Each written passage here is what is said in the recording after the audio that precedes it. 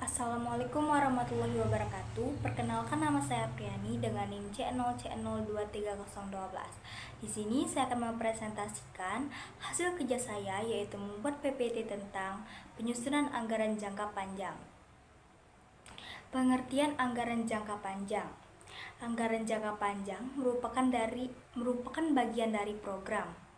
Anggaran jangka panjang merupakan pedoman dari penyusunan anggaran jangka pendek.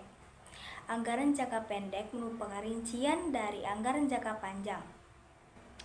Anggaran modal merupakan anggaran jangka panjang, tetapi anggaran jangka panjang tidak selalu berupa anggaran modal. Anggaran modal pada umumnya berupa anggaran untuk investasi produk modal atau aset tetap. Aset tetap merupakan produk modal berupa harta yang ada dalam operasi normalnya, mempunyai umur ekonomis lebih dari 1 tahun. Mengapa sih rencana investasi untuk produk modal perlu dilakukan? Karena 1. Investasi produk modal biasanya meliputi jumlah uang yang relatif besar. Kedua, hasil dari investasi baru diperoleh di masa mendatang. Ketiga, uang yang dikeluarkan akan terikat dalam angka waktu panjang. Keempat, direncanakan pada masa sekarang dalam kondisi yang belum pasti di masa mendatang. Kelima, kesalahan dalam pengambilan keputusan menimbulkan penghapusan yang tidak dapat dihindari di masa mendatang.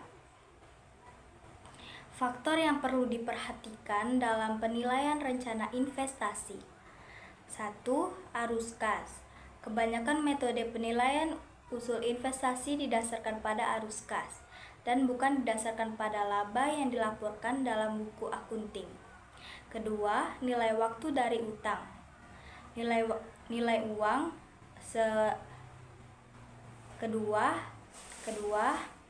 waktu dari utang.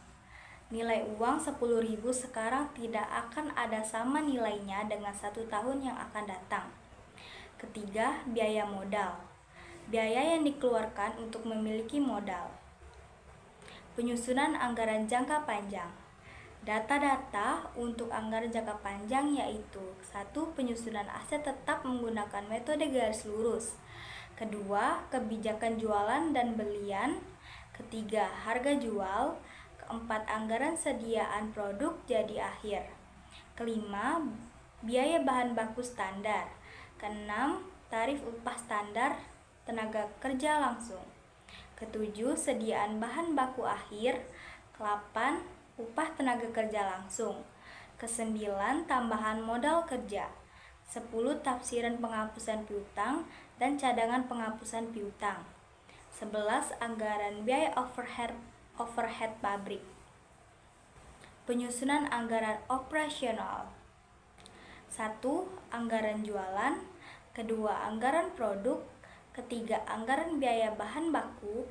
Keempat, anggaran biaya tenaga kerja. Kelima, anggaran laba rugi. Penyusunan anggaran keuangan. Anggaran keuangan merupakan bagian yang penting dalam suatu perusahaan, karena anggaran keuangan melibatkan ekspektasi arus kas dan posisi keuangan dengan kegiatan-kegiatan usaha yang terencana.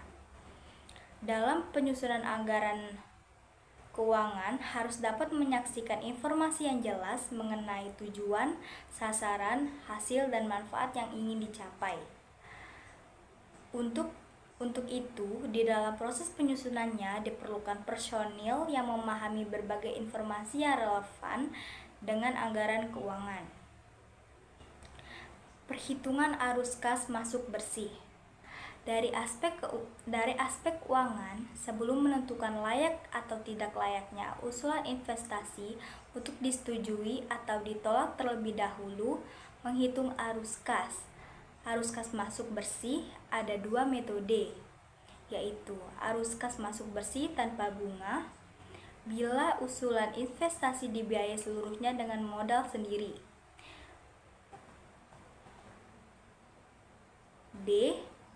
Arus kas masuk bersih dan bunga bila usulan investasi dibiayai dengan utang yang mengakibatkan pembiayaan bunga.